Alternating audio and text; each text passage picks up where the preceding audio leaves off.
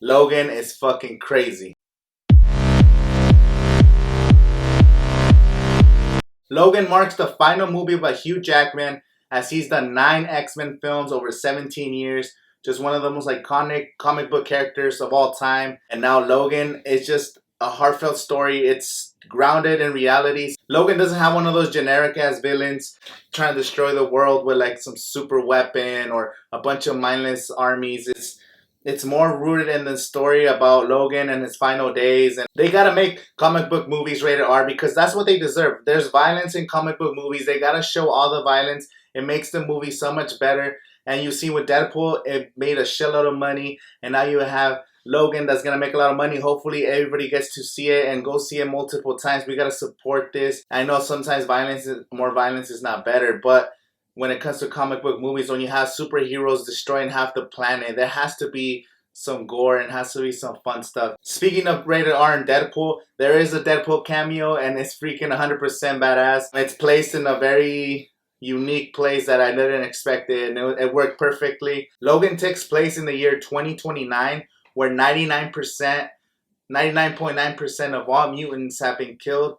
And this movie kind of reminds me, because there hasn't been any mutants born over 25 years. This reminds me of the movie Children of Men. If you haven't seen Children of Men, it's directed by Alfonso Cuarón, the director of Gravity. Go check it out. The cinematography is crazy. The story, very unique story. Go check out that movie. It came out in 2006. Logan now lives to take care of Professor Charles, and he contemplates about killing himself, and he has nothing to live for until he encounters this girl who she's kind of given to her by a random Mexican lady. And there's a crazy backstory to where this child came from, and she has some of the same powers that Wolverine has, Hugh Jackman. So Logan now has to take this little girl and take her to her rendezvous point, and that's basically what drives this whole story. But the relationship of the trip and everything that happens and the battle sequences, there's a lot of fight scenes in here that are super gory, super bloody. So Wolverine, when he's stabbing people, it's not just like the old X-Men movies where he stabs somebody and it's just blood. Like now you get to see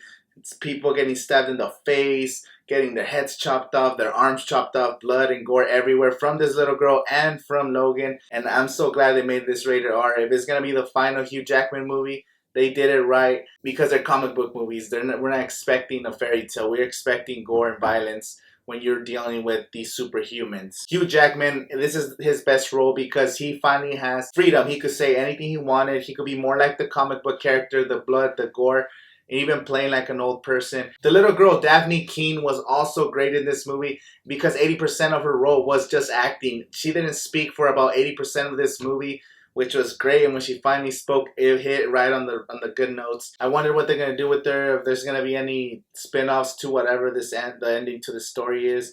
And Professor Xavier, Charles, like, it was funny because he was acting like the old guy in the movie. He wasn't Professor Charles. He kind of suffers from Alzheimer's or like some kind of mental disorder. There's a specific scene where Charles freezes everybody at this place, and the only one that can move is Wolverine because he's Wolverine, so he's able to move like in super slow motion. So it kind of recreated that scene from Silver Bullet from X-Men Days of Future Past. It was Hugh Jackman in slow motion just chopping heads off, which was a great scene. There's a couple things I gotta nitpick here. There's people shooting at her, and then there's a guy with the machine guns. Instead of shooting her, he's sneaking up behind her, and then she ends up killing him. Then there's another scene where she ends up driving, but they made it clear in another scene that she never left her home. She lived in this place and she never left. She was always in that home. So how did she learn how to drive? I mean, I thought that was kind of crazy. But other than that, this movie was almost perfect. My name is Angel. Thank you guys for watching, and I hope you do see this movie. If you see this movie, please let me know in the comment section, and I want to talk about this movie. So thank you guys for watching, and I'll see you guys next time.